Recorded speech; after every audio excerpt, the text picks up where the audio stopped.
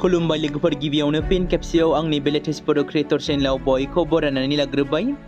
Big breaking news लोगोफोर, नोंथांमोना नुनो मोनदों स्क्रिनाव बीपीएफआ मोनबैसे उइनिं जाखो। थारैनो बीपीएफ पार्टिया हारसिङै सोरखार दामारसिगोन नामा? नोंथांमोना कमेन्टनि गेजेरजों फोरमायहरनो हागोन। बिथांमोननि बीपीएफ पार्टिनिफ्राय गासै 40 बीटीसी बियाबनि गेजेराव 40 बियाबाव बिथांमोना अलरेडि उइनिं जाबाय। बेराफारसेथिं 13 आरोबाव बीपीएफ पार्टिया लिडिं जानानै दं। बेराफारसेथिं यूपीपीएल पार्टिया 40 बियाबनि गेजेराव 10 बियाबाव लिडिं जानानै दं।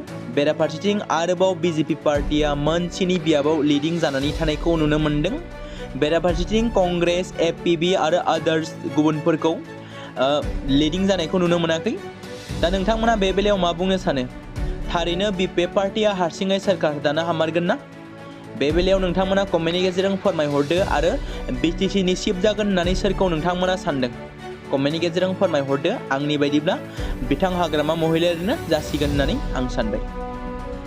मोनसे खौरां फैबावदों लोगोफोर, दानिसो चिरां जिल्लानि 18 नं मानास सेरफां बियाबनि यूपीपीएलनि बिजाथि धनन्जय बसुमतारिया देरहासार जानो हाबाय होनना मिथि मोनदों, जेराव बिथाङा यूपीपीएल पार्टिनिफ्राय